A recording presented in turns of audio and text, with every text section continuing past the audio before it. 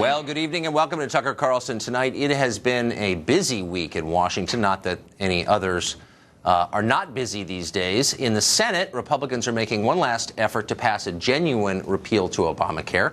In the House, meanwhile, Debbie Wasserman Schultz is in the awkward position of explaining why she employed a Pakistani IT expert for months after he was linked to major security breaches, fraud, data theft, and more. We'll have a lot more on that ahead.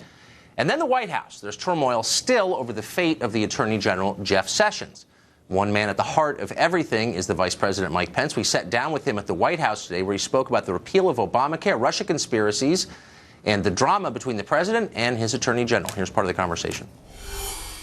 Mr. Vice President, thanks for joining us. You bet, Tucker. So welcome to the White reassure House. Those of us who are watching and our viewers who are basically supportive, I think, of the administration that things are not chaotic, as they seem sometimes from the outside. Well, we've been making incredible progress for the American people from the very beginning of this administration. 860,000 new jobs. ISIS is on the run in Iraq and in Syria. The largest increase in defense spending in more than 10 years. The president signed legislation rolling back an avalanche of red tape that came out of this last administration, and confirming Justice Neil Gorsuch to the Supreme Court are all part of the first 6 months of this administration. But as we speak, Congress is working to keep their promise and the president's promise to repeal and replace Obamacare. And before the year is out, we'll be on to passing the largest tax cut in American history. It is a time of great focus here at the White House, great promise for the country, and it's all owing to the leadership and the tenacity of President Donald Trump. Given that there's so much else going on, why would the president tweet again this morning an attack on his Attorney General? Why not call Attorney General Sessions on the phone or bring him into the office and express those? Why do it in public?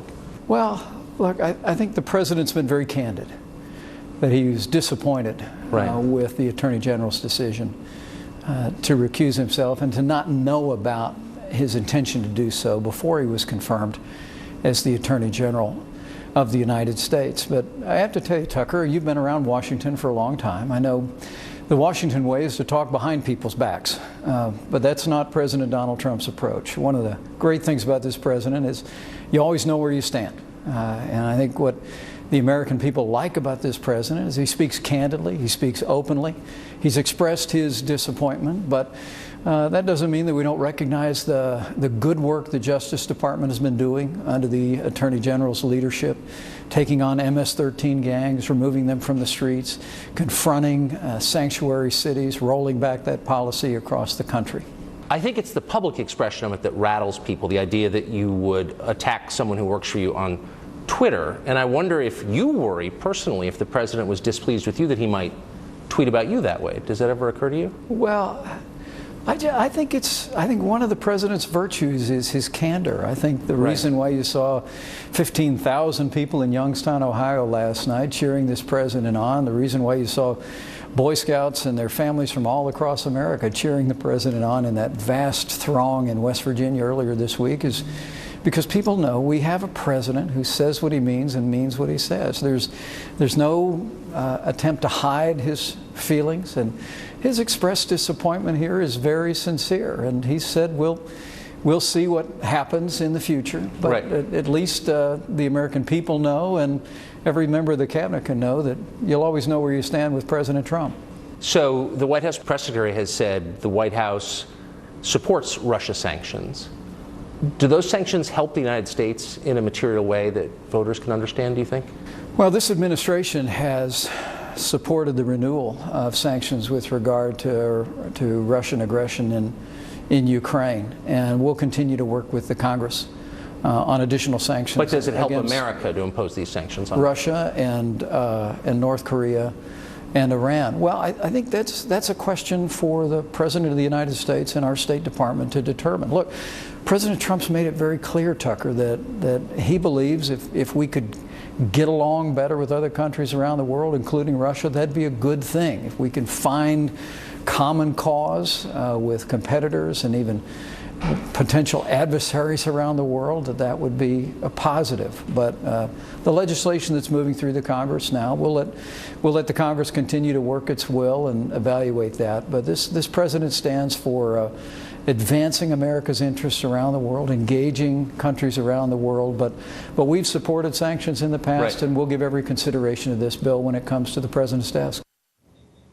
We've got more of our interview with the Vice President later on in the show. President Trump renewed his attacks on the Attorney General today. He tweeted this morning. Why didn't AG Sessions replace acting FBI Director Andrew McCabe, a Comey friend who was in charge of Clinton investigation, but got big dollars, $700,000, for his wife's political run from Hillary Clinton and her representatives? Drain the swamp. The tweet comes one day after the president publicly scolded his Attorney General. I am disappointed in the Attorney General. He should not have recused himself. I want the Attorney General to be much tougher on the leaks from intelligence agencies. I told you before, I'm very disappointed with the Attorney General, but we will see what happens. Time will tell. Time will tell.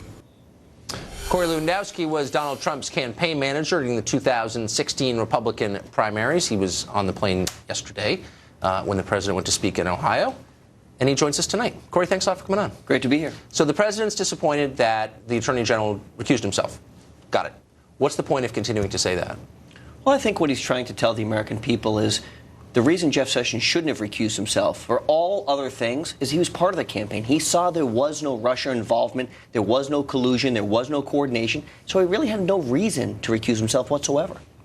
Okay, well, Franz Ferdinand shouldn't have gone to Sarajevo that day, but he did. So, it happened. So what's the point of continuing to revisit this? It conveys the sense that the president is distracted from his priorities, which are making the country better, and that the staff is in disarray. And, I don't really see an upside to it. Look, the president's priorities are very clear. He wants to get repeal and replace down of Obamacare. The vote yesterday with Mike Pence breaking that tie was critical to move that piece forward. It's a campaign pledge that he has promised to do, and he will deliver on. Now, you have to hold those U.S. senators accountable who for 7 years voted to replace or repeal Obamacare. And guess what? Now they're not voting for it anymore. It's hypocrisy at its finest. And what we need to do is get the agenda done. That's the most important thing. I agree completely. And as you note correctly, I think it's really hard because a lot of Republicans in Washington don't agree with the agenda at all. It's a populist agenda. They're not populist. They don't want to do it. And so it takes an enormous intensity, focus, energy to get it done. And anything that distracts you from the task is counterproductive. I don't know, spending 3 days in a row beating up on your own Attorney General. Look, I don't disagree, Tucker, but this is very important. The president is completely focused on getting the legislative agenda done. Right. He needs to make sure Obamacare is done first, the repeal and replace. At minimum, repeal. We need to get a tax cut done. There's no question about that. Right. We need to repatriate the money from overseas so we can have more money here. We need to cut the corporate tax rate. These are the priorities of the president. Other priorities, infrastructure spending, $1 trillion moving forward. And then build the wall. It's something he's pledged to do, and we have to hold people accountable. And those elected officials who are serving in the Congress, who voted for these things in the past, have to be held accountable, and we have to get this agenda done immediately. Well, you know who voted for these things are voters, like the American public, tens of millions of them. And if they are achieved, none of this will matter. The Russia nonsense, the fight with Sessions, those will be footnotes. Trump will be judged on those big things. And again, that's I suppose, my concern. So as a practical matter, do you think the Attorney General is going to stay?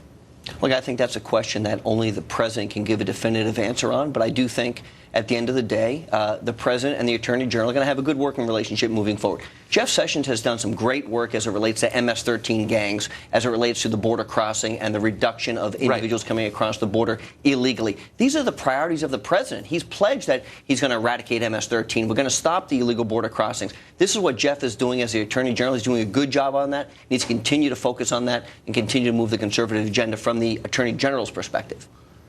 If he left, what do you think would happen? Who would replace him? What would that look like if the Attorney General, and I understand the president's mad at him, but if Sessions today said, I'm kind of sick of these tweets, I'm out of here, I'm going back to Mobile, what do you think would happen then? I think Jeff is a patriot. I really do. And I think Jeff is going to continue to serve his country. I hope he continues to serve his country in the capacity as the Attorney General.